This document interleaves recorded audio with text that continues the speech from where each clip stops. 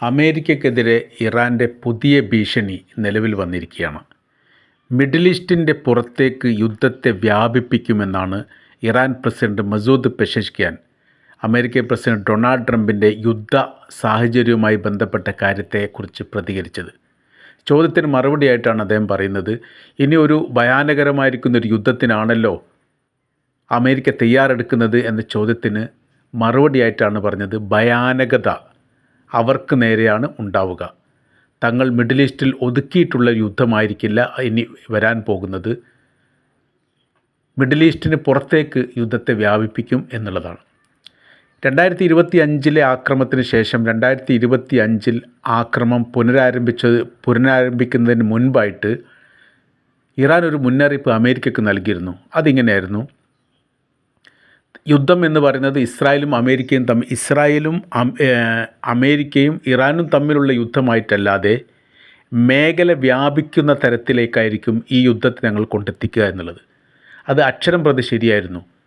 ഇറാനും അമേരിക്കയും തമ്മിൽ മാത്രമല്ല യുദ്ധമുണ്ടായത്, മിഡിൽ ഈസ്റ്റിലെ സർവ്വ മേഖല കേന്ദ്രീകരിച്ചു ആക്രമണം നടത്തി 18 രാജ്യങ്ങളെയെങ്കിലും ആ സമയത്ത് ഇറാൻ ആക്രമിച്ചിട്ടുണ്ട്.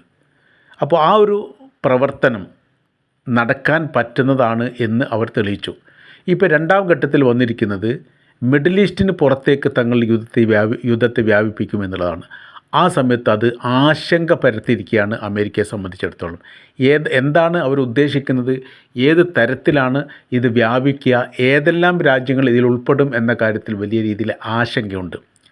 മിഡിൽ ഈസ്റ്റിന് പുറത്ത് എന്ന് പറയുന്ന സമയത്ത് ഇറാഖിലാണെങ്കിലും സിറിയയിലാണെങ്കിലും തുർക്കിയിലാണെങ്കിലും ഈ മേഖലകളിലെല്ലാം അമേരിക്കയ്ക്ക് സൈനിക ബേസുണ്ട്.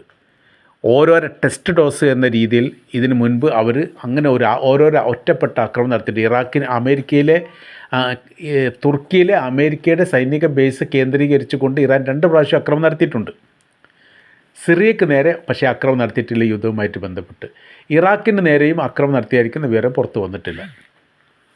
അവർ തിരഞ്ഞുകൊണ്ടിരിക്കുകയാണ്, അതായത് മിഡിൽ ഈസ്റ്റിൻ്റെ പുറത്തുള്ള അമേരിക്കയുടെ സൈനിക ബേസ് സ്ഥാപിച്ച രാജ്യങ്ങൾ ഏതൊക്കെയെന്ന് തിരഞ്ഞിട്ട് അതിനെ കൃത്യമായ രീതിയിൽ ഫോക്കസ് ചെയ്ത് അത് ആകാശ ചിത്രങ്ങളടക്കം പരിശോധിച്ച് കൃത്യത വരുത്തിയിട്ട് ആക്രമിക്കാനുള്ള പരിപാടി യഥാർത്ഥത്തിൽ ഇപ്പോൾ ഇറാൻ ആരംഭിച്ചിട്ടുണ്ട് എന്നുള്ളതാണ് ഈ വിഷയവുമായിട്ട് ബന്ധപ്പെട്ട് പുറത്തു വരുന്ന വിവരം.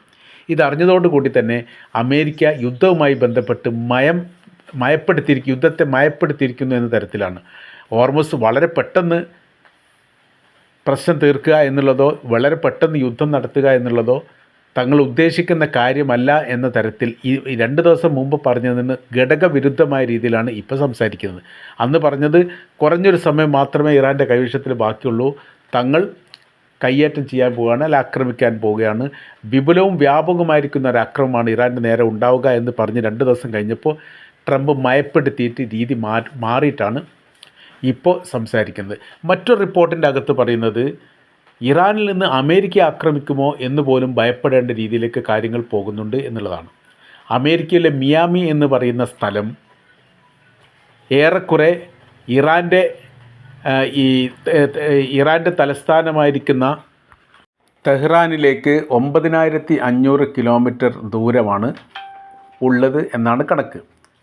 അപ്പോൾ ഇവിടെ നോക്കുന്ന സമയത്ത് അമേരിക്കയുമായിട്ട് ദൂരപരിധി നോക്കുന്ന സമയത്ത് മിയാമി എന്ന് പറയുന്ന അമേരിക്കയുടെ നഗരമാണ്, അല്ലെങ്കിൽ കടൽ പ്രാന്ത പ്രദേശമാണ് ഇറാൻ്റെ തെഹ്റാനുമായിട്ട് തൊട്ടടുത്ത് നിൽക്കുന്നത്. 9500 കിലോമീറ്റർ എന്ന് പറയുമ്പോൾ ഈ ഏറ്റവും ഒടുവിലത്തെ ഇറാൻ്റെ ഭാഗത്ത് വന്ന റിപ്പോർട്ട് നോക്കുന്ന സമയത്ത് 10,000 കിലോമീറ്റർ ദൂരപരിധിയുള്ള മിസൈൽ ഇറാൻ്റെ കൈവശത്തിലുണ്ട്. അറ്റക്കൈ അതവർ പ്രയോഗിക്കും എന്നുള്ളിടത്തേക്ക് കാര്യങ്ങൾ പോവുകയാണ്. ഇനി മറ്റൊരു റിപ്പോർട്ടിൽ പറയുന്നത് 15,000 കിലോമീറ്റർ ദൂരപരിധിയുള്ള മിസൈൽ കൊറിയ ഇറാന് നൽകിയിട്ടുണ്ട് എന്ന റിപ്പോർട്ടുമുണ്ട്. കൊറിയയുടെ കൈവശത്തിൽ മാരകമായിരിക്കുന്ന ദൂരപരിധിയുള്ള മിസൈലുണ്ട്. ആണവായുധത്തിൻ്റെ വാർഹെഡ് പോലും സ്ഥാപിക്കാൻ പറ്റുന്ന തരത്തിലാണ് അവരുടെ നിർമ്മാണ പ്രവൃത്തികളൊക്കെ നടത്തിയത് എന്നുള്ളതാണ്. അപ്പോൾ ഇപ്പോഴത്തെ സ്ഥിതി കാര്യങ്ങൾ കുറച്ചും കൂടി സങ്കീർണമാകുന്ന രീതിയിലേക്ക് കാര്യങ്ങൾ പോകുന്നു എന്നുള്ളത്. ഇറാൻ പറയുന്ന വാക്കുകൾ അക്ഷരം പ്രതി അവർ പാലിക്കുകയും അതിനനുസരിച്ച് പ്രവർത്തനങ്ങൾ നടത്തുകയും ചെയ്യും. അമേരിക്കയിലെ പ്രസിഡന്റ് ഡൊണാൾഡ് ട്രംപ് പറയുന്ന വാക്കുകൾ അക്ഷരം പ്രതി വിഴുങ്ങുകയും നിലപാട് മാറ്റി പറയുകയും ചെയ്യും. 2 രാജ്യവും 2 രീതിയിലൂടെയാണ് സഞ്ചരിക്കുന്നത്. അപ്പോൾ ഇപ്പോഴത്തെ ഒടുവിലത്തെ റിപ്പോർട്ട് എന്ന് പറഞ്ഞാൽ അതാണ് അമേരിക്കയെ സംബന്ധിച്ചിടത്തോളം അവർക്ക് ഞെട്ടലുണ്ടാക്കിയിരിക്കുന്നത്. ഈ മിഡിൽ ഈസ്റ്റ് കഴിഞ്ഞിട്ടുള്ള രാജ്യങ്ങൾ, അത് ഏതെല്ലാം രാജ്യത്തെ ഇറാൻ ആക്രമിക്കുമോ ആ ആക്രമിക്കപ്പെടുന്ന രാജ്യങ്ങൾ അത്രയും അമേരിക്കക്കെതിരെ തിരിയാൻ സാധ്യത വളരെ കൂടുതലാണ്.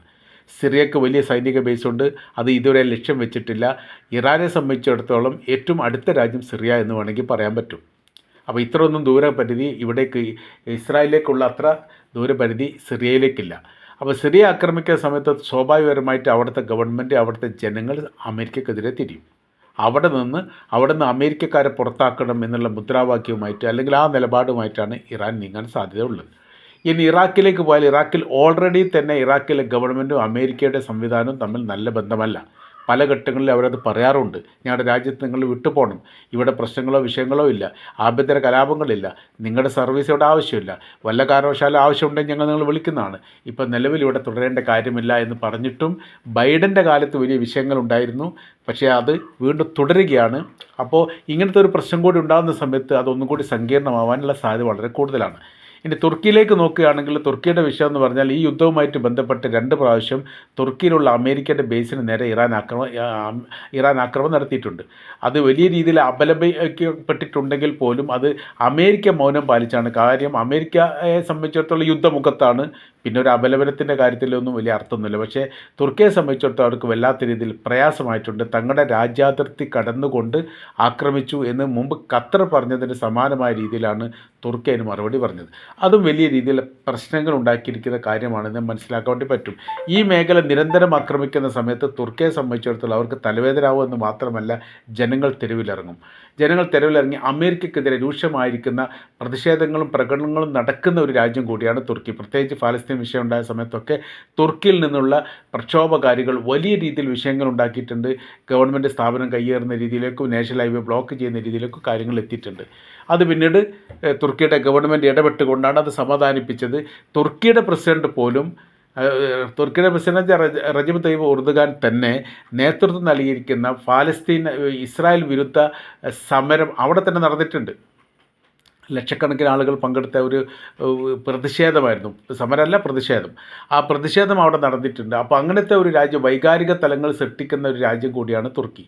അപ്പോൾ ഈ തുർക്കിയൊക്കെ ലക്ഷ്യമിട്ട് കഴിഞ്ഞാൽ പിന്നീട് അമേരിക്കയുടെ സൈനിക ബേസ് അവിടെ നിന്ന് ഒഴിവാക്കണം എന്ന് പരസ്യമായി തന്നെ അമേരിക്കയോട് തുർക്കി പറയേണ്ടിടത്തേക്ക് കാര്യങ്ങളെത്തും. അപ്പോൾ അത് കൈവിട്ടു പോകുന്ന കേസാണെന്ന് ഏറെക്കുറെ അമേരിക്കക്ക് മനസ്സിലായിട്ടുണ്ട്.